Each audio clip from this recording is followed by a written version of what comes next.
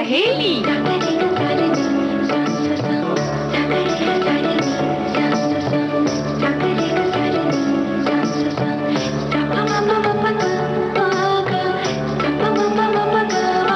सखी सहेली।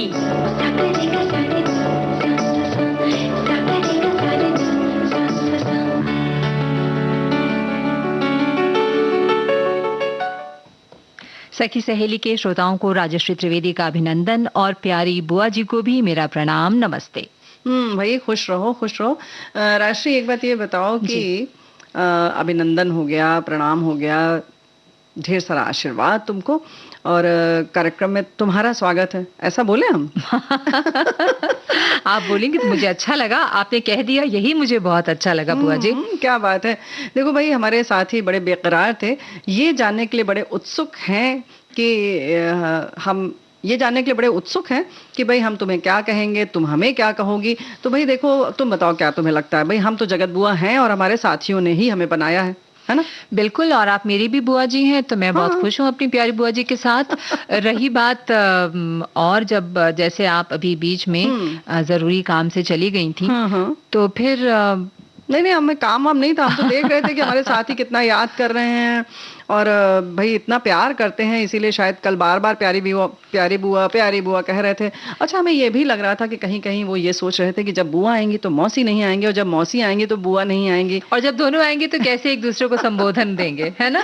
तो भाई देखिए, हम लोग हाजिर हो गए, लेकिन भाई इसका मतलब ये नहीं कि हम विषय न बताएं। आज तो कुछ पकवान भी बनेगा। बिल्कुल बनेगा पकवान, और आज घर में जो बनेगा तो बनेगा राशि, लेकिन उसके संग संग पड़ोस में क्या बन रहा है ये भी तो देखना पड़ेगा। इसके बारे में हम बहुत उत्सुक रहते हैं ना। भाई खुशबू जो आती है, और उसके संग संग एक बात और है कि थोड़ी सी नजर तो रखना चाहिए। अब नजर किस तरह से रखना चाहिए? अपना काम करते हुए थोड़ा दाएं बाएं देख लेना चाहिए, पूरी गर्दन घुमा के या थोड़ी सी, या झांक कर भी देख लेते हैं कई बार, और कभी कभी पूछ भी सकते हैं, ऐसा नहीं है। तो कितना आप रखते हैं साथियों, ये जरूर बताइए, है ना? बिल्कुल। और सखी विशेष में आप आज हम लोग किसके बारे में बातचीत कर रहे हैं? जी हाँ, सुरेंद्र कौर जी के बारे में, सुरेंद्र कौर बल्कि कहना चाहिए। और आजकल प्रकोप है मच्छर का, और हमारे साथियों ने इनके बारे में बहुत ज्यादा लिखकर भेजा है। ये भी बड़े लोकप्रिय हैं वैसे, मच्छर भी कम नहीं है। बिल्कुल, हर मौसम में कुछ न कुछ हो ही जाती है, बीमारियों का प्रकोप बढ़ ही जाता है। जैसे पिछले दिनों डेंगू को लेकर बहुत परेशान थे, मलेरिया को लेकर बहुत परेशान थे। अभी भी हैं और कम नहीं हुआ है। तो इसके बारे में हमें किस तरह से सावधान रहना चाहिए, उसके बारे में बात करेंगे। अच्छा, ये बताओ कि विविधपुरा में कैसा लग रहा है?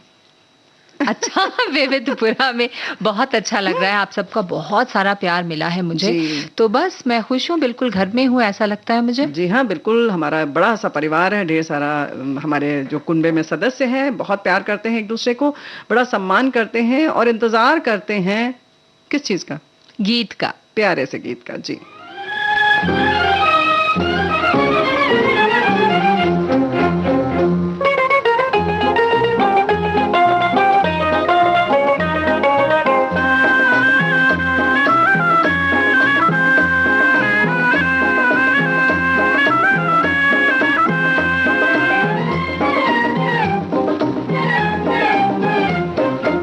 जाने कैसा छाने लगा नशा ये प्यार का, थोड़ा थोड़ा आने लगा मजा बहार का। जाने कैसा छाने लगा नशा ये प्यार का, थोड़ा थोड़ा आने लगा मजा बहार का।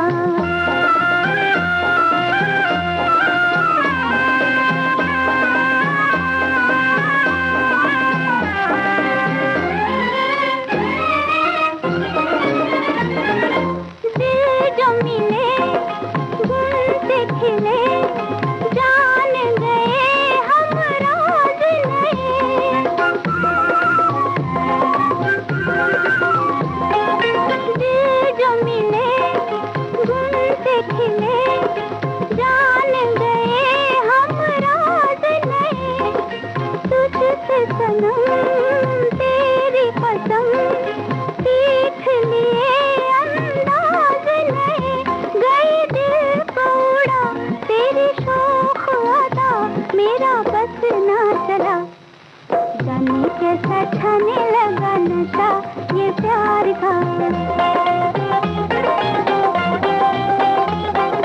जाने कैसा छाने लगा नशा ये प्यार का, थोड़ा थोड़ा आने लगा मजा बाहर का।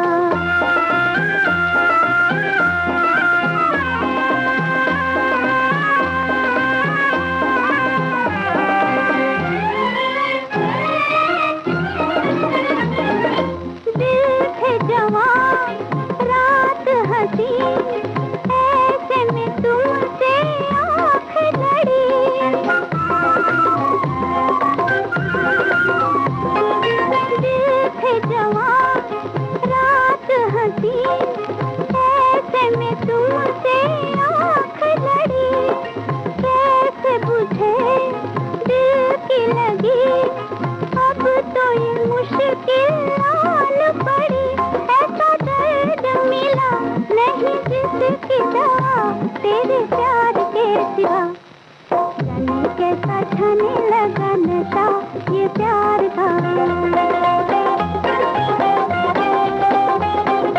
जाने कैसा छाने लगा नशा ये प्यार का, थोड़ा थोड़ा आने लगा मजा बाहर का। गीत के बजते ही जब गीत हम सुनते हैं तो बहार जैसे छा जाती है और मज़ा तो प्यार का आता ही है, और हम कोशिश करते हैं कि इसी तरह से प्यार मोहब्बत का वातावरण बना रहे, बरकरार रहे, बना रहे। बिल्कुल सही कहा बुआ जी। तो अब जो आज आपने कहा था कि हम लोग बात करेंगे सुरेंद्र कौर के बारे में, जो कि गीतकार भी हैं और बहुत ही प्रसिद्ध गायिका भी रही हैं। हाँ, हमें समझ में आ रहा है। ये राष्ट्रीय बड़ी चालाकी से बता रही हैं कि आपने कहा था, ऐसा कुछ नहीं है। पंजाब की कोकिला है भाई सुरेंद्र कौर जी, भारतीय गायिका हैं, गीतकार भी रही हैं, तो इनके बारे में तो बात करना बनता है और हमारे साथी भी इंतजार कर रहे हैं ना। क्योंकि भाई सुरेंद्र कौर ने अधिकतर पंजाबी लोकगीत गाए और मतलब जो कहते हैं ना मूल रूप में जैसे होते हैं लोकगीत, उनकी खास जो शैली होती है उसको आगे बढ़ाने में, लोकप्रिय बनाने में इनका बहुत श्रेय है। और 1948 और 52 के बीच में कई हिंदी फिल्मों के लिए भी पार्श्व गायिका के रूप में गीत गाए और लगभग मतलब 6 दशक, सोचो जरा, काफी लंबा समय, बहुत लंबा समय हो गया। इसमें उन्होंने बहुत सारे प्रदर्शन किए और बुल्ले शाह की पंजाबी सूफी काफियां भी उसमें शामिल रही।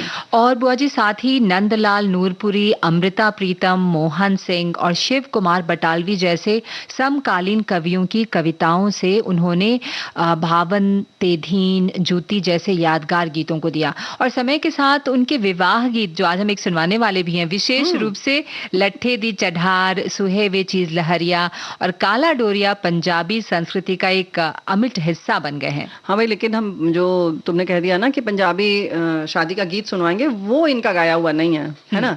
लेकिन अब हम इनके जीवन की अगर बात करें तो सुरेंद्र कौर का जन्म 25 नवंबर 1929 को पंजाब की राजधानी लाहौर में सिख परिवार में हुआ था और वो प्रकाश कौर की बहन और डॉली गुलेरिया की माँ थी। मतलब इनका नाम प्रसिद्ध है, जानते हैं आप सभी। दोनों ही पंजाबी गायिका हैं। उनकी 3 बेटियां हैं जिनमें से डॉली जो है वो सबसे बड़ी है।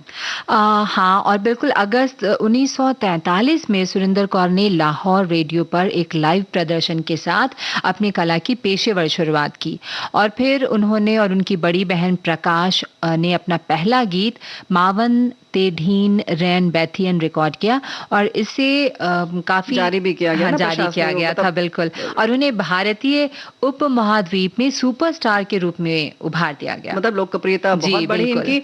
लेकिन 1947 में भारत का जब विभाजन हुआ तो ये माता पिता के साथ गाजियाबाद उत्तर प्रदेश में आकर बस गए ये लोग और 1948 में उनकी शादी प्रोफेसर जोगिंदर सिंह सोढ़ी से हुई, जो दिल्ली विश्वविद्यालय में पंजाबी साहित्य के व्याख्याता थे। उनकी प्रतिभा को पहचानते हुए उन्होंने बहुत उनके मतलब कला को निखारा, या यूं कहें कि इतना प्रोत्साहित किया कि जल्द ही उन्होंने बॉम्बे में हिंदी फिल्म उद्योग में पार्श्व गायिका के रूप में अपना करियर शुरू कर दिया। संगीत निर्देशक गुलाम हैदर की मदद से उन्हीं के निर्देशन में उन्होंने 1948 के फिल्म शहीद में 3 गाने गाए, जिनमें बदनाम ना हो जाए, मोहब्बत का फसाना, आना है तो आ जाओ, तकदीर की आंधी, हम कहां और तुम कहां शामिल हैं। अपने पति के बारे में उनका कहना था कि वही थे जिन्होंने मुझे स्टार बनाया। और देखो भाई, ऐसा है ना कि राशि, अब जब इतनी बात कर रही हो, पंजाबी फोक की बात हो, तो एक पंजाबी फोक सुनते फिर आगे बढ़ते हैं, है ना? क्या बात है।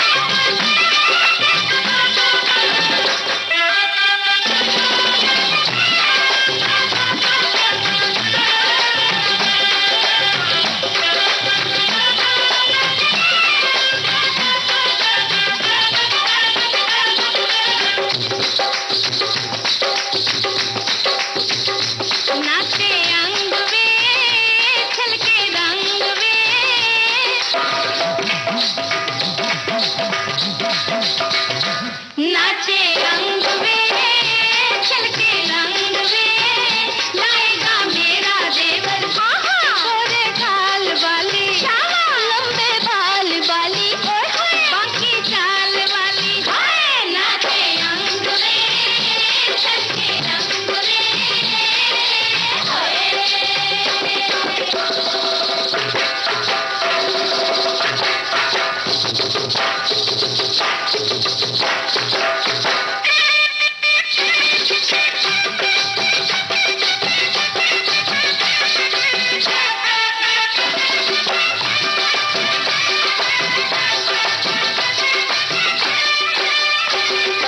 बाकी सजन की दूल्हा दुल्हन की आई मिलन की रात गोरी बाकी सजन की दूल्हा दुल्हन की आई मिलन की रात गोरी जजा सेज पे ओए जजा सेज पे तेरी क्या बात गोरी धीरे धीरे नचली आंखें खोलना होले होले होले ऊंची बोली बोलना लेके हाथ में सजना का हाथ गोरी बाकी सजन की दूल्हा दुल्हन की आई मिलन की रात गोरी नाचे अंग में छलके रंग में लाएगा मेरा देवर गोरे गाल वाली लंबे बाल वाली बाकी चाल वाली नाचे अंग में छलके रंग में छोड़ तो रत्ता मेरा बगिया बगिया जाऊं मैं फूल चुरा के कच्ची कलियां चुन के लाऊं मैं तेरा बनाऊं तेरा माथा सजाऊं तेरा हुई दीवानी मैं दीवानी नाचे अंग में छलके रंग में लाएगा मेरा देवर गोरे गाल वाली लंबे बाल वाली बाकी चाल वाली नाचे अंग में छलके रंग में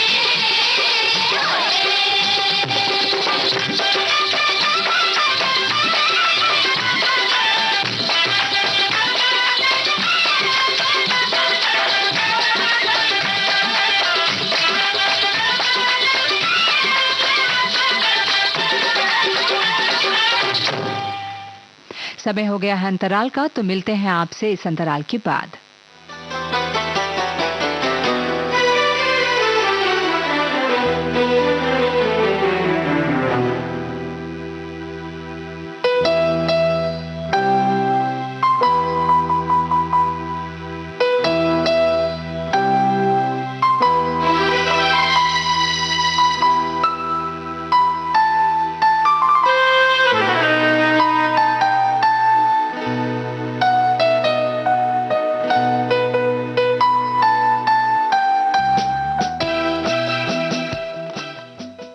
एक बार फिर आप सबका स्वागत है कार्यक्रम सखी सहेली में।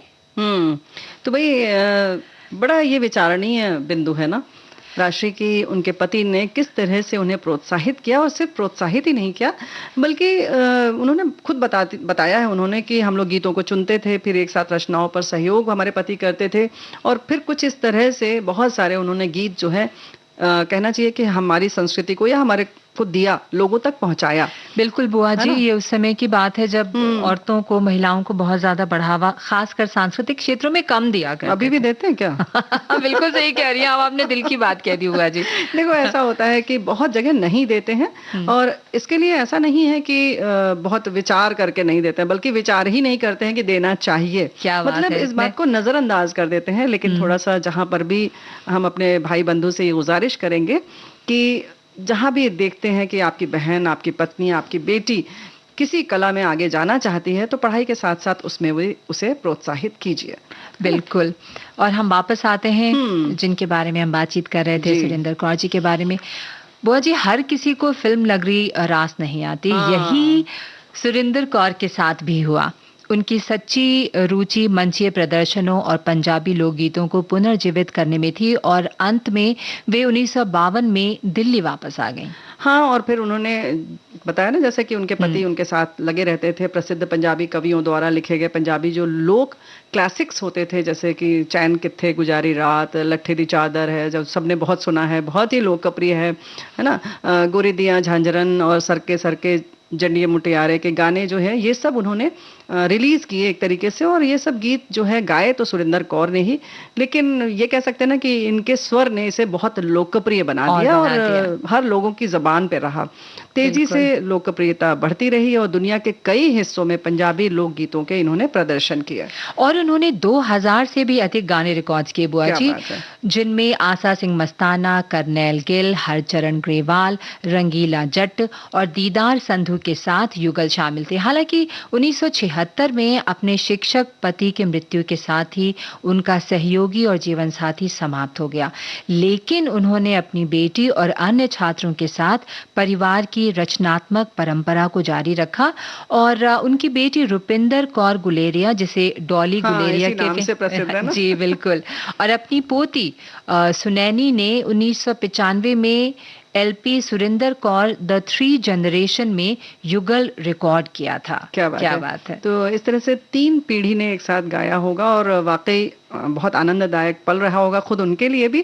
फिर उन्हें इसी सब कार्य के लिए 1984 में पंजाबी लोक संगीत के लिए भारत की राष्ट्रीय संगीत नृत्य और रंगमंच अकादमी, संगीत नाटक अकादमी द्वारा संगीत नाटक अकादमी पुरस्कार प्राप्त हुआ।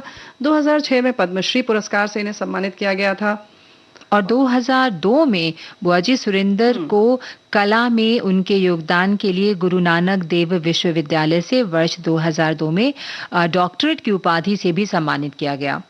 और उन्होंने अपने जीवन के आखिरी पड़ाव के दौरान अपनी मिट्टी के करीब जाना चाहती थी, इसलिए वो 2004 में पंचकुला में बस गईं, जिसका उद्देश्य चंडीगढ़ के पास जीरकपुर में एक घर बनाने का था।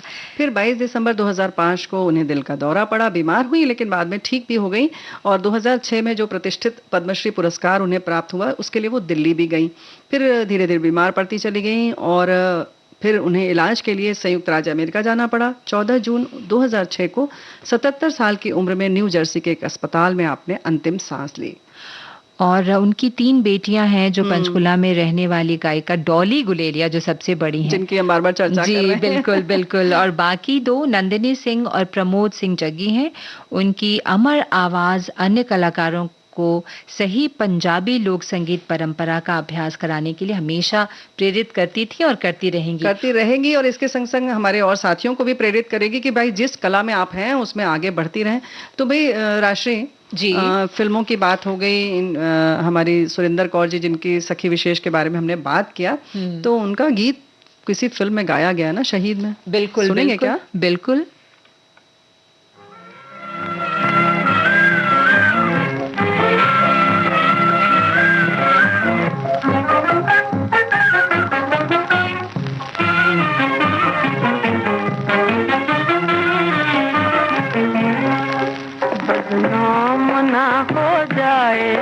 बदनाम ना हो जाए मोहब्बत का फसाना, तो दर्द भरे आंसू आंखों में नाना।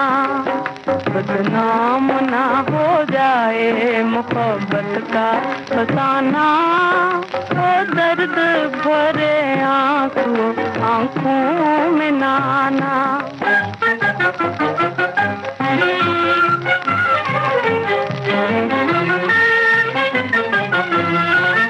दुनिया में मोहब्बत की यही रीत है दिल, दुनिया में मोहब्बत की यही रीत है दिल, यही रीत है दिल, यही रीत है दिल।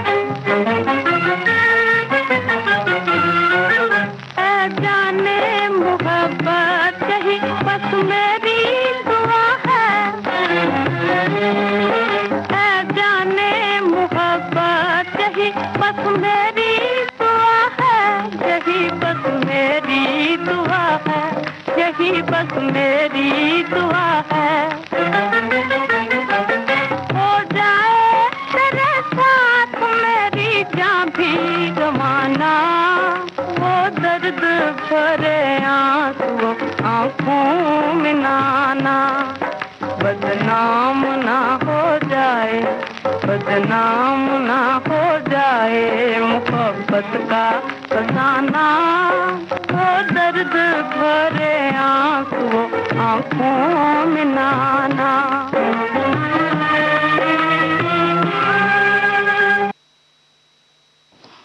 तो भाई ये गाना तो शहीद फिल्म का था, लेकिन इन्होंने सिंगार पुरानी जो फिल्म थी उसमें भी गीत गाए, एक आध गीत गाए हैं। और इस तरह से कह सकते हैं ना कि केवल लोक गीतों को आगे बढ़ाने के लिए और उनका मौलिक स्वरूप बना रहे, बचा रहे, उसके लिए इन्होंने बहुत काम किया, तभी तो भाई इतने सम्मान मिले और आज हम उनकी चर्चा कर रहे हैं। बिल्कुल बुआ तो जी। कहीं ना कहीं हमारी भी जिम्मेदारी है कि कुछ ऐसा काम करें।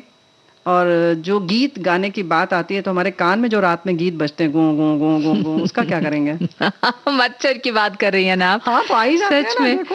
देखिए नींद बहुत खराब करते हैं। नींद खराब करते हैं, कितनी तरह की बीमारियां फैलाते हैं। हाँ। और फिर हम डॉक्टर के पास भागते हैं, क्या हम तो करें? नींद से ही परेशान होने की बात कर रहे थे, तुमने तो बीमारी की भी बात कह दी। बात और तो क्या सही है ना? तो भाई बरसात शुरू होते ही मच्छरों का जो प्रकोप बढ़ जाता है।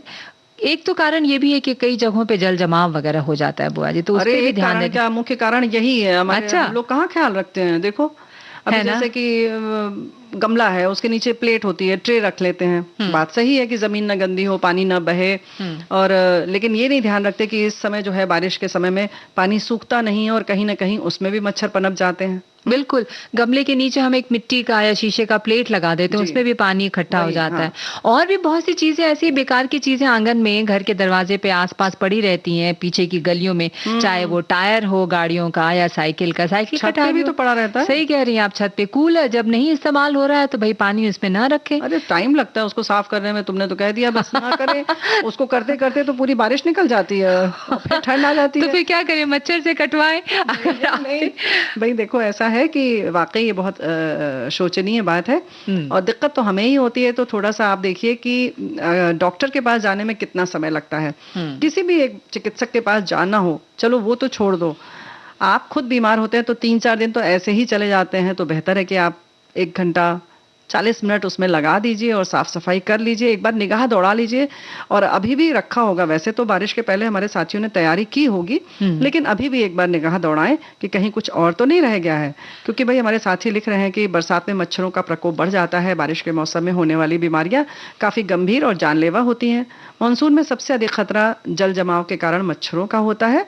मच्छरों के काटने से डेंगू का खतरा अधिक हो जाता है। मानसून दस्तक के साथ सर्दी, खांसी, वायरल इन्फेक्शन, वायरल फीवर का खतरा बढ़ जाता है। इसके अलावा typhoid fever, malaria, dengue, pneumonia, chikungunya के भी लोग शिकार हो जाते हैं। आमतौर पर लोगों के मानसून में उल्टियां होना और आंखों में पीलापन और स्किन की समस्या भी होती है। और एक साथी ने लिखा है कि ये तो जग जाहिर बात है, बरसाती मौसम में मच्छरों का प्रकोप बढ़ जाता है। इस मौसम में घर में या घर के आसपास जल भराव, जिसकी बातचीत हम लोग कर रहे थे अभी बुआ जी, साथ में गंदगी भी न हो, इसके लिए सचेत रहने में ही समझदारी है। बिल्कुल। तो सचेत रहने के लिए तो हम अभी और भी बात करेंगे, लेकिन मच्छरों के लिए खास तौर से सच बात का ख्याल रखें। अब बात आती है कि देखो, इसीलिए शायद पहले बारिश के समय में लोग इधर उधर कहीं जाते नहीं थे, है ना, घर में रहें, सुरक्षित रहें। लेकिन अब ऐसा नहीं संभव है कि हम ये सोचें कि जैसे पहले जमाने में रहते थे वैसे ही रहें। तो कुछ और ध्यान रखें। ये इसके संग संग पूरे वहां के कपड़े पहने, पैर जो है पूरे ढके रखिए, हाथ अधिकतर मतलब जहां तक हो सके संभव पूरा ढांक कर रखिए। घर में नीम आदि जो और प्रयोग हैं उनका भी इस्तेमाल करें और उनको जलाना, जैसे सूखी पत्तियां जलाना है, उनका छिड़काव करना है, ये सब करके भी इनको दूर रख सकते हैं। बिल्कुल बुआ जी। वैसे आसपास अगर हरियाली है ना, पेड़ पौधे हैं ज्यादा, तो भी मच्छर तो होते हैं। अरे तो भाई उनका भी तो घर है, तो केवल हमारा ही तो घर नहीं है, ये दुनिया जो है पृथ्वी है उनकी भी है, सबकी जगह। बिल्कुल बिल्कुल, तो बराबर सबका के अधिकार हकदार है। है। मच्छर कितने खुश हो रहे होंगे आपकी बात सुनकर कि वो तो कोई तो है कहते जो हैं। हमारे लिए भी कर रहा है, वरना तो लोग मारने की तैयारी करते हैं। देखो वो तो कहते ही है कि हमारे घर में तुम आके रह रहे हो, तो ये भी तो कह सकते हैं। तो भाई आप बिल्कुल सही ध्यान कह रही रखिए। तो हालांकि हमारे एक साथी लिख रहे हैं कि मच्छरों का प्रकोप यूं तो अब 12 महीने रहता है, लेकिन इनका बरसात के दिनों में अटैक ज्यादा बढ़ जाता है। ये इन दिनों तरह तरह के रोग के वाहक बनते हैं और जरा सी असावधानी से मानव अंगों में अपने साथ लाए बैक्टीरिया को खून के जरिए पहुंचा देते हैं, या संक्रमित व्यक्ति का खून लाकर सामान्य आदमी को ट्रांसफर कर उसे भी संक्रमित कर देते हैं। मच्छरों से हमें मलेरिया, कालाजार, डेंगू, फाइलेरिया आदि तमाम रोग लग जाते हैं, जिनसे बचाव के लिए हमें घर के आसपास पानी नहीं जमा होना देना चाहिए। पूरी बांह के कपड़े, पूरा पैर ढकने वाले पैंट पजामा खुद पहने, बच्चों को भी पहनाएं, मच्छरदानी का प्रयोग करें, घर में दरवाजे खिड़कियां और जाली लगाएं। बिल्कुल। और एक और मैसेज है बुआ जी, बारिश के मौसम में अपने घरों के आसपास पानी के जमाव ना होने दें। पानी जमा होने से मच्छर का खतरा बढ़ जाता है। बारिश में आधे से ज्यादा बीमारियों की वजह मच्छर होती है। बारिश के मौसम में मच्छर की प्रजनन क्रिया तेज हो जाती है और यही कारण है कि मच्छरों की संख्या भी बढ़ने लगती है। इसलिए बारिश के दिनों में खान पान को लेकर भी परहेज करें। बाहर का खाना ना खाएं। हर दिन घर को सैनिटाइज करें। साफ पानी का सेवन करें।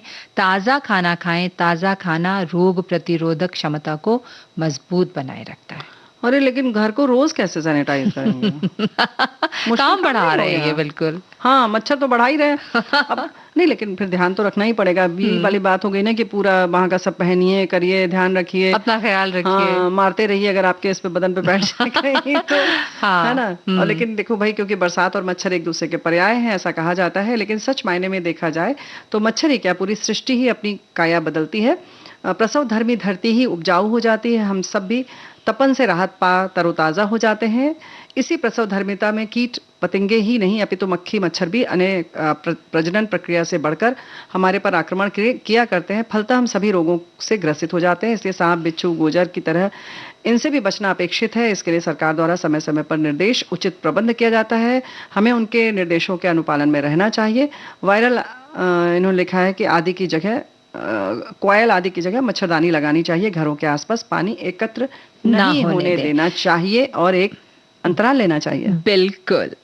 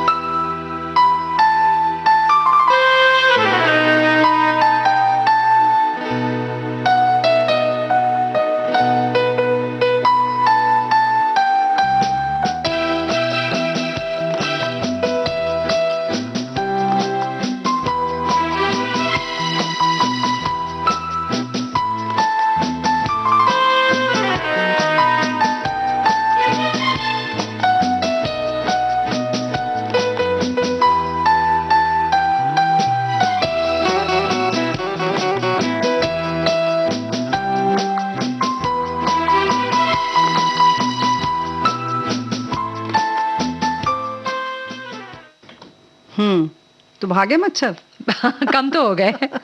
कम तो होंगे ही। हमें थोड़ा सा ध्यान रखेंगे। इतना भी सब चीज से घबराने की जरूरत नहीं है। लेकिन एक बात बहुत जरूरी है कि किसी भी तरह का बुखार आए, कोई परेशानी हो तो भाई घरेलू इलाज ना करें। ऐसा ना सोचे कि सामान्य बीमारी है तो कोई भी हम दवा जो है बुखार उतारने की ले लें और डॉक्टर के पास ना जाए। तो ऐसा ना करें, क्योंकि आजकल बुखार भी तरह तरह के आ रहे हैं। उनकी अपनी एक प्रजाति है। बिल्कुल। और घर में, जैसा आपने कहा कि घर में ही आप दवा न लें, लेकिन जैसे वो कहते हैं ना कि कपूर वगैरह जला के रखें, वो सबसे कुछ फायदा होता है बुआ? बिल्कुल होता है, वो सब करें। लेकिन हम जो कह रहे हैं कि बुखार अगर चढ़ जाए बच्चों को चाहे खुद को, तो आप चिकित्सक से जरूर मिलें। आप ये ना सोचें कि अरे ये 2 दिन में उतर जाएगा, सर्दी जुकाम 3 दिन में ठीक हो जाएगा। हो सकता है कि वो अलग तरह का बुखार हो, उसकी अलग दवा आ चुकी हो बाजार में, तो वही आपको आराम देगी, सामान्य आपको नहीं आराम देगी। तो ऐसा सोच के नहीं, जैसे अक्सर होता है ना कि अरे फलाना कहता है अरे हमारे भी चढ़ा था, ये ले लो ना, यही दवा खा लो। तो इस तरीके का जो है ना जोखिम ना उठाएं। सेल्फ मेडिकेशन बिल्कुल भी नहीं करें। लेकिन उससे बचाव के लिए जैसे कहते हैं कि आप कूलर में मिट्टी का तेल डाल दें। हाँ बिल्कुल डाल दें। लेकिन भाई ये सब तो ठीक है, लेकिन वो क्या सुना हमने, मच्छर भी बड़े स्वच्छता पसंद हो गए। नहीं, वो कहते हैं हम साफ पानी में रहेंगे। हाँ, डेंगू का जो होता है वो तो साफ पानी में, साफ पानी में रहता है। अब बताओ कहाँ डाल दोगी मिट्टी का तेल? बिल्कुल सही कह रहे हैं, वो उसमें जाएंगे ही नहीं। और वे कहते हैं कि नीम के तेल को भी पानी में मिलाकर या अपने बॉडी लोशन जो भी आप लगाते हैं उसमें भी लगा कर रहे हैं। तो उसकी महक शायद मच्छरों को पसंद नहीं है। बिल्कुल पसंद नहीं है। तो ऐसे भी जो भी घरेलू प्राकृतिक जो चीजें हैं उनका प्रयोग करें मच्छर को भगाने के लिए। और प्रतिरोधक क्षमता को बढ़ाने की कोशिश करें। जो अभी किसी हमारे साथी ने लिखा भी था कि भाई अगर आप खान पान सही रखेंगे तो उससे जो शरीर की प्रतिरोधक क्षमता है, इम्यून सिस्टम बढ़ेगी। बिल्कुल सही बात है। और ऐसी ही चीजें, ताजा भोजन खाएं और इसके संग संग गिलोय आदि जो प्राकृतिक जो बातें हैं, प्रतिरोधी चीजें हैं, उनका प्रयोग करें, जिनकी कि हमने बहुत सारी मतलब कह सकते हैं ना घुट्टी में पिला दिया है सबको ये कोरोना के समय में। किन किन चीज़ों से रोग प्रतिरोधक क्षमता बढ़ती है तो वो तो सब आप जानते ही हैं। और सुनते रहिए कार्यक्रम भी। और क्या कर रही हो तुम? गीत सुनवाने के लिए। हाँ, हम समझ रहे हैं।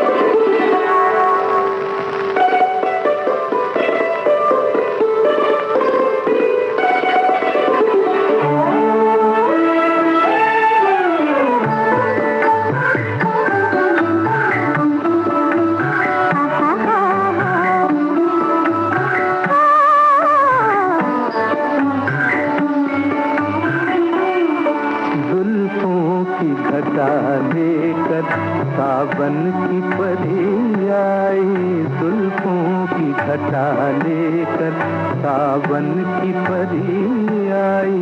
बरसेगी तेरे दिल पर हंस हंस के जो लहराई, बरसेगी तेरे दिल पर हंस हंस के जो लहराई। जुल्फों की घटा लेकर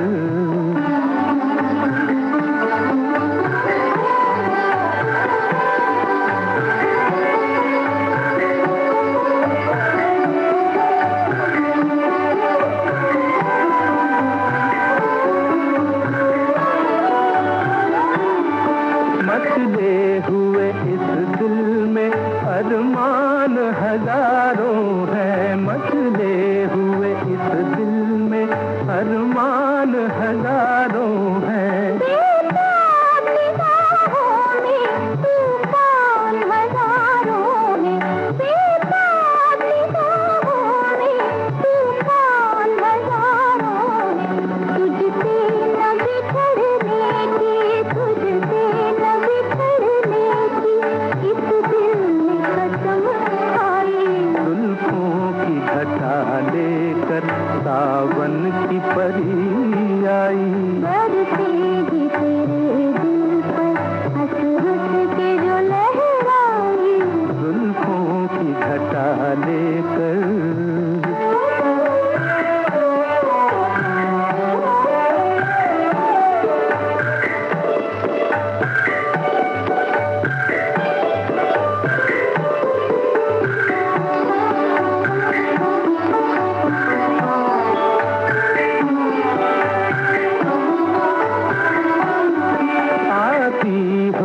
आँखों में बिजली सी चमकती है, आती हो तो आँखों में बिजली सी चमकती है।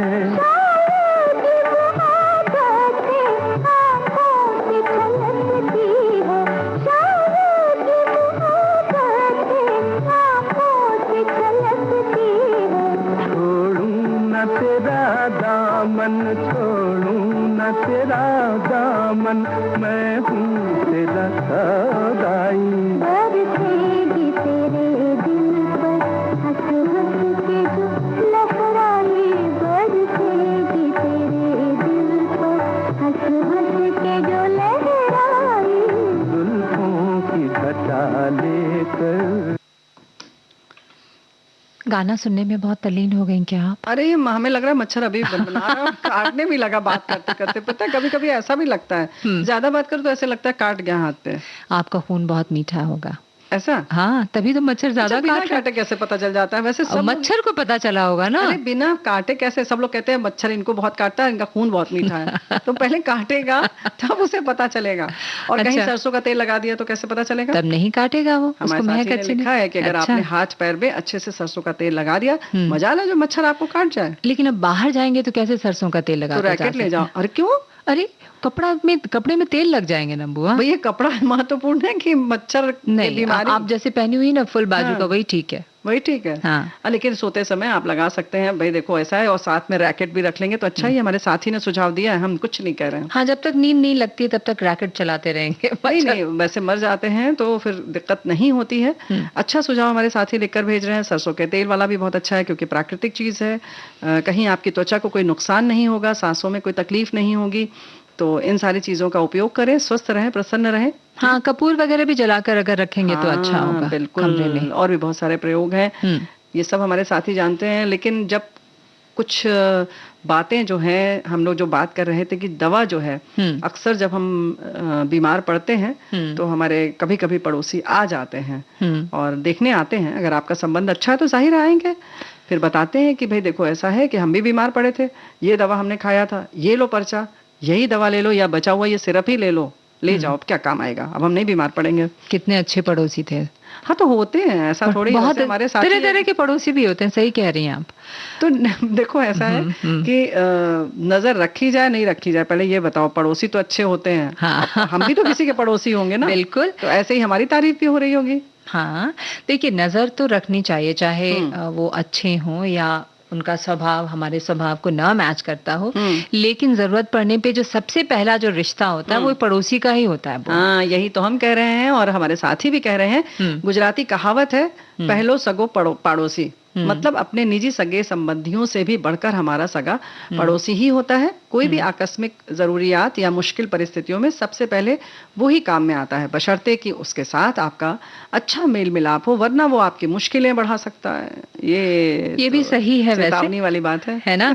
और एक श्रोता ने लिख के भेजा है कि हमारी तो ये आदत है बुआ जी कि हम अड़ोस पड़ोस में अपना ध्यान ही नहीं देते हैं, अपने काम से काम रखते हैं और बस अपने काम से बाहर निकल लेते हैं, और काम हो तो बात करते हैं, वरना सलाम दुआ करते हैं। सलाम दुआ भी ठीक है। हाँ तो वही तो, यही तो हम भी कह रहे हैं कि भाई सलाम दुआ रखिए, और थोड़ा सा ये भी देख लीजिए कि आपके सलाम दुआ से, दुआ सलाम से वो प्रसन्न है कि नहीं। अब ज्यादा तो नहीं सलाम दुआ कर दे रहे हैं। सही बात है। कई बार सलाम दुआ ज्यादा करने से भी उन्हें लगता है कहीं मुझे चढ़ा तो नहीं रही, या हमसे ज्यादा दोस्ती तो नहीं बढ़ाना चाह रहे हैं। नहीं, कई लोग नहीं चाहते हैं बुआ ऐसा नहीं है। कभी कभी हम ज्यादा कर रहे होंगे, आप पहले ये भी तो देखें, जरूरी थोड़ी कि वो ऐसे ही समझ रहे हैं। हाँ, नहीं समझते हैं, हम कर रहे होते हैं तब भी वो करते हैं। अच्छा भाई अक्सर नहीं होता। अब आपके घर कोई आया, उन्होंने ऐसे ऐसे झांका, देखा कितना कमरा है आपके यहाँ, अच्छा तो इस कमरे में कौन कौन सोता है, कभी कभी तो ये भी पूछ डालते हैं। सही कह रही हैं। तो ये ज्यादा नहीं हो गया नजर डालना? बिल्कुल ज्यादा है, ये किसी की प्राइवेसी में एकदम दखल अंदाजी कर देना है। तो हो सकता है हम भी ऐसे ही कर रहे हो।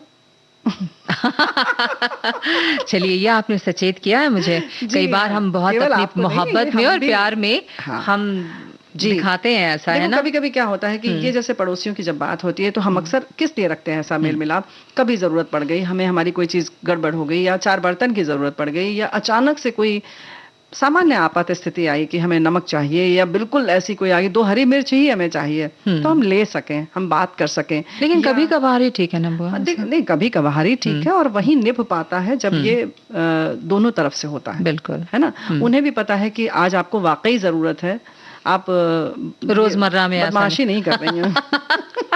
है ना, अपने घर में सब्जी नहीं ला रही हैं, और रोज 2-2 आलू लेके 4 दिन के बाद एक सब्जी बना ले रही हैं। तो ये पता चल जाता है। दूसरा क्या होता है, कभी कभी हम, जैसे अगर आपने कुछ मांगा, ठीक है, आपको जरूरत है, हमारे पड़ोसी ने मांगा, अब हम उसमें देखने लगे, अच्छा अब आपको ये भी तो नहीं चाहिए, अच्छा ये भी ले लीजिए आप, है ना। और फिर हम उनको एक तरीके से ये दिखाने लगे कि आपको जरूरत है हमारी और आपके पास कुछ भी नहीं है। तो कभी कभी ये भी नहीं ठीक है। या हम ये पूछने लगे, कौन कौन आया है आपके यहाँ, कोई बाहरी आया है क्या, रिश्तेदार है क्या, या दोस्त है क्या। तो आप उतना ही, अगर आपके हैं संबंध और आप वाकई मदद करना चाहते हैं, मेल मिलाप से रहना चाहते हैं, तो उन्होंने अगर कुछ मांगा है तो आप उतना दे दीजिए, उसके बाद आप अपने को समेट लीजिए। आपकी बात सुनकर ऐसा लग रहा है ना बुआ, मैं बहुत ध्यान से सुन रही थी, बहुत गूढ़ बात है। पूछिए क्यों? क्योंकि ये ना व्यवहार कुशल होने के ये चीजें हैं, क्योंकि आप बहुत ज्यादा भी जब करते हैं तो अगले को पसंद नहीं आ रहा होता, और आप इतना भी खिंचे हुए हैं कि अगले को लग रहा है शायद बुरा लग रहा है। देखो, केवल तो अगले को नहीं, ये जरूरत हम भी उधर भी हो सकते हैं। हम हमेशा ये ना सोचें कि हम खिंचे हैं या हम कर रहे हैं। हो सकता है कि सामने वाला कर रहा है, नहीं कर रहा है, तो वहां पर हम भी हो सकते हैं। कभी हम भी तो पड़ोसी है ना किसी के। ऐसा तो नहीं है कि सामने वाला ही सिर्फ हमारा पड़ोसी है। बिल्कुल। तो कभी कभी वो कैसे दखल दे रहा है, अगर आपको खराब लग रहा है तो आप अपने ऊपर नजर डालिए कि आप खुद तो ऐसा नहीं कर रहे हैं, है ना। एक बहुत, बिल्कुल सही कहा आपने बुआ जी। एक बहुत प्यारा सा मैसेज है, इन्होंने लिखा है कि एक अच्छा पड़ोसी मिलना बड़े भाग्य की बात होती है। कुछ तो बड़े मददगार होते हैं, निस्वार्थ भाव से मदद करते हैं, पर कुछ तो बस घर की टोह लेते हैं और इधर की उधर लगाते फिरते हैं। किसकी लड़की का क्या, मतलब कैसे संबंध है, किस घर में क्या खाना बना, वगैरह वगैरह। ऐसे पड़ोसियों से बड़ा सतर्क रहना पड़ता है। उनके पास बहुत फ्री टाइम होता है। यही शायद अभी आप बता रही थी कि उस पर बहुत ध्यान देने की जरूरत है कि हम ज्यादा तो नहीं कर रहे या कुछ ऐसा। और ये स्वभाव की बात होती है, सिर्फ पड़ोसी क्यों, अगर आप किसी के भी जीवन में ज्यादा दखल अंदाजी कर रहे हैं तो उसी दायरे में हमारे पड़ोसी भी आ जाते हैं। और फिर आप सोचिए कि आप अपना जो भी सृजनात्मक रचनात्मक कार्य है वो कैसे करेंगे जब आपका दिमाग नहीं खाली होगा, मन नहीं खाली होगा। तो बेहतर है कि एक कहते ना कि सीमा में रहते हुए अच्छा व्यवहार रखें। वैसे तो हम लोगों ने ये सोचा था ना कि हम लोग यही बात करेंगे कि काम अपने किचन में करें, लेकिन नजर जो है वो पड़ोसियों के रसोई घर पे रखें। हाँ। लेकिन कहाँ अच्छी अच्छी बात करने लगी तुम। ये तो आप बता रही है बुआ, मैं तो ये कह रही थी कि भाई लोग बहुत नकारात्मक तरीके से भी पड़ोसी पर नजर रखते हैं। ये एक मैसेज है ना, खुद से ज्यादा पड़ोस पे नजर। इन्होंने साफ लिखा है कि भाई ये भी तो बीते समय की बात हो गई, अब तो आप बगल से भी गुजर जाइए तो कोई ध्यान नहीं देगा, हाथ में स्मार्टफोन है और तो किसी तरफ ध्यान नहीं है। ये भी कुछ हद तक बात सही है। हाँ, बात बिल्कुल सही है। लोग कहाँ मिलते जुलते हैं लोगों से, लेकिन नजर रखते हैं। और रखना भी चाहिए। कभी कभी ऐसा भी है कि वो कह नहीं पा रहे हैं आपसे कुछ, आपके हाव भाव से, तो आप ऐसी नजर रखें कि कभी जरूरत पड़े तो आप इशारे में ही पूछ लीजिए कि भाई हमारी जरूरत पड़ेगी तो बता दीजिएगा। अभी हम वैसे नहीं बात कर रहे हैं, लेकिन अगर जरूरत पड़ी तो हम आ जाएंगे, है ना, ऐसा भी तो होता है। तो फिर ऐसे ही हमारे साथी लिख रहे हैं कि जिन पड़ोसियों का कोई काम धंधा नहीं होगा वो आसपास में रहने वाले लोगों के बारे में जरूरत से ज्यादा सवाल पूछते हैं और सलाह भी देते हैं। ऐसे पड़ोसियों की भी कमी नहीं जो घर की बातें खोद खोद कर पूछती हैं कि रिलेटिव कहाँ कहाँ रहते हैं, कितनी प्रॉपर्टी है, कितने दोस्त हैं, पति रात को कब आते हैं, पार्टी करने कहाँ जाती हैं, और ये सारी बातें पूछने के बाद उसे अच्छे से नमक मिर्च लगाकर हर घर में प्रसारित कर देती हैं। तो आपको पता भी नहीं होता कि आपके बारे में कौन कौन से किस्से कहानियां कहाँ कहाँ सुनाए जा रहे हैं और किस तरह आपके पीठ के पीछे मजा लिया जा रहा है। ऐसा भी क्या लोग करते हैं, वो ऐसा होता है, लेकिन नहीं करना चाहिए। ऐसे लोगों के प्यारा सा गीत सुना देना चाहिए। प्यारा सा गीत सुना दो। हाँ, और क्या, चलिए सुनाते हैं।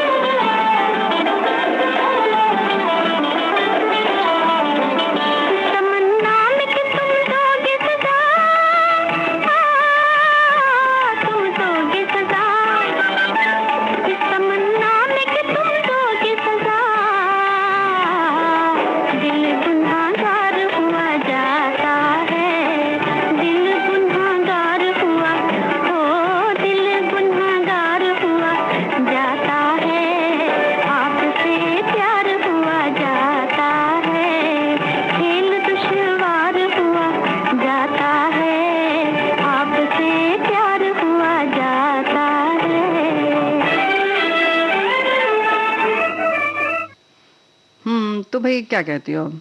बहुत प्यारा सा गीत था ना।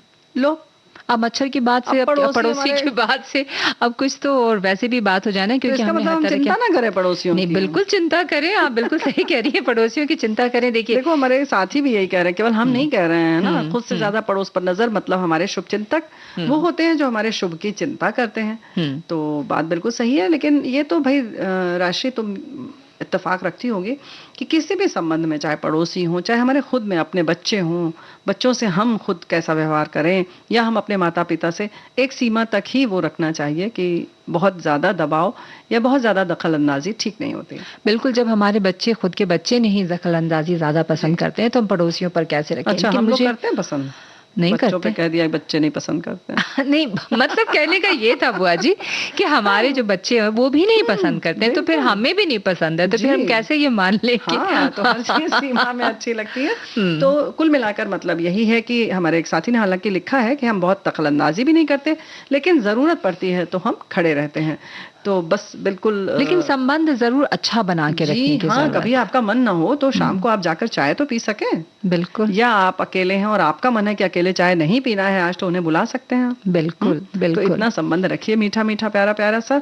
और बातें तो इसमें हालांकि बहुत सारी हैं, लेकिन हमें लगता है कि अब हम लोग कुछ खाना खान पकाना पान कर की, लेना चाहिए ना। जैसे बिल्कुल चाय के संग कुछ तो चाहिए ना। एकदम। हम्म क्या बता रही हैं तो आप? हम बताएंगे, हमारे साथी बता देते हैं भैया, हमारे तो कुछ ज्यादा करना वरना नहीं पड़ता है। हमारे साथी बहुत प्यारे हैं, इन्होंने कहा व्यंजन अभी अरवी के पत्ते आ रहे हैं, बेसन के साथ तो सभी बनाते हैं, लेकिन आज हम भुट्टे के साथ बनाएंगे। 4-5 देसी भुट्टे किस ले, और आधा कटोरी बेसन और मसाले जो भी आप चाहें डालकर, थोड़ा सा तेल भी डाल लें।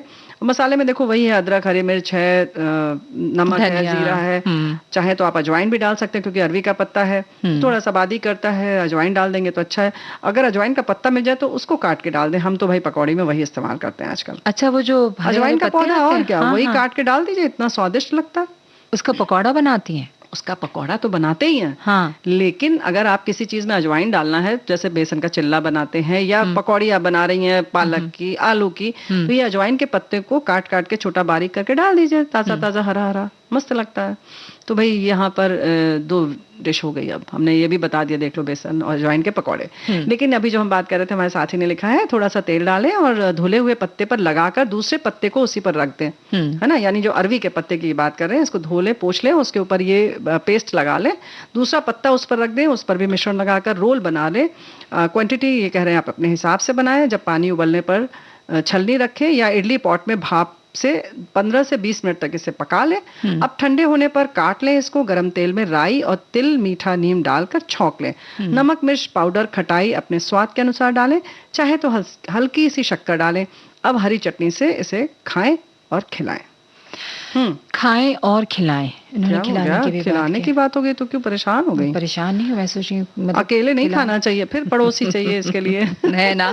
इसलिए तो मैं कहती हूँ कि पड़ोसियों से संबंध अच्छा रखना बहुत जरूरी होता है, क्योंकि सबसे पहले वही आपके करीब होते हैं। अगर किसी में कोई मुसीबत हो, कुछ भी हो, तो वो आपके साथ खड़े हो सकते हैं। और कुछ बता रही हैं क्या? नहीं, आप तुम बता, मैं क्या लेकर आई हो? मैं कबाब सोच रही थी, बता दूं, समय थोड़ा सा है इसलिए जल्दी से बता दूं। हमारे साथी ने लिखा है 4 बजने वाले हैं, अच्छे पड़ोसी के साथ चाय बिस्किट का आनंद उठाइए। इन्होंने चाय भी भेज दिया है, इससे धुआं भी उठ रहा है, पियेंगे, है ना। बिल्कुल सही कह रही हैं। व्यंजन क्या है? व्यंजन ये पूरा मैं जल्दी से बता देती हूँ भाई। भुट्टे के दाने आप 2 कप ले लें, उपला और मैश्ड आलू ले लें आधा कप, चीज ले लें 2 चम्मच, कटी हुई हरी मिर्च 2, कटा हुआ अदरक 2 चम्मच, काली मिर्च पाउडर भी आप ले सकती हैं, गरम मसाला हाफ चम्मच ले लीजिए, जावित्री पाउडर चुटकी भर, और पुदीना पत्ती भी जो है वो 2 चम्मच ले लें, और नमक और स्वाद अपने स्वाद के अनुसार, और तेल 4 चम्मच। भुट्टे के दानों को दरदरा पीस लें, एक बाउल ये पेस्ट निकालें और उसमें तेल के अलावा अन्य सभी सामग्री को डालकर अच्छी तरह से मिलाएं।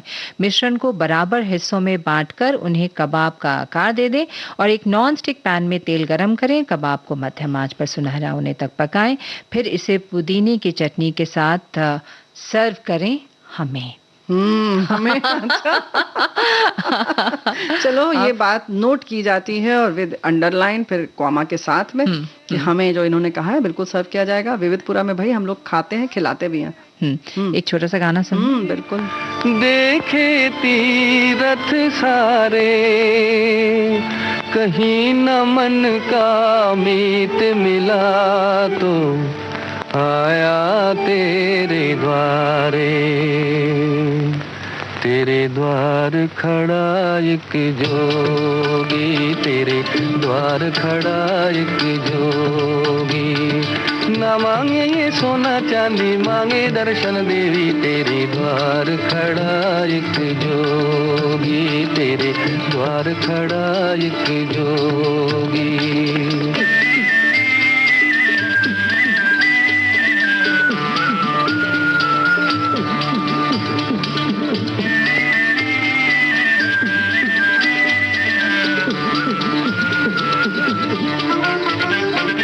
करके जतन आया, मन में लगन लाया, आँखियों में दर्शन प्यास। करके जतन आया, मन में लगन लाया, आँखियों में दर्शन प्यास।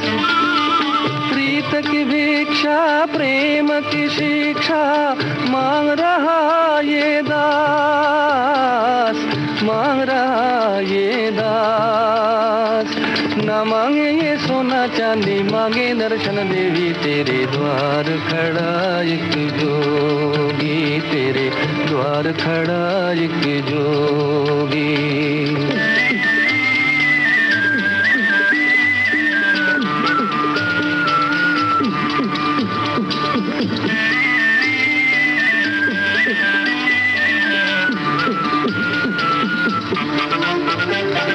दुनिया से मुख मोड़ा, तेरे लिए जग छोड़ा, छोड़ दिया घर बार। दुनिया से मुख मोड़ा, तेरे लिए जग छोड़ा, छोड़ दिया घर बार। बन बन छाना मैंने तुझे देवी, माना मैंने, सुन ले मेरी पुकार, सुन ले मेरी पुकार। ना मांगे ये सोना चांदी, मांगे दर्शन देवी, तेरे द्वार खड़ा एक जोगी, तेरे द्वार खड़ा एक जोगी। ना मांगे ये सोना चांदी, मांगे दर्शन देवी, तेरे द्वार। बुआ जी, आज आपने इस कार्यक्रम में बहुत महत्वपूर्ण बातें हमारे सुनने वालों को बताई। हमें उम्मीद है कि वो जरूर उन बातों को गांठ बांध लिए होंगे। हाँ, सारा श्रेय हमें दे रही हैं, ये बड़ी प्यारी सी हैं राजश्री। बच्चे तो इन्हें मौसी कहते हैं, हमारा मन कर रहा है कि हम भी मौसी कहते हैं। लेकिन मेरे लिए प्यारी बुआ ही ठीक है, आप हाँ, मुझे मौसी। हम तो मौसी हैं, सब लोग हमारी बिटिया बहुरियां हैं। लेकिन इसके साथ आज कार्यक्रम समाप्त करना चाहते हैं, तो अब राजश्री त्रिवेदी और बुआ को दीजिए इजाजत, स्वीकार कीजिए। नमस्कार।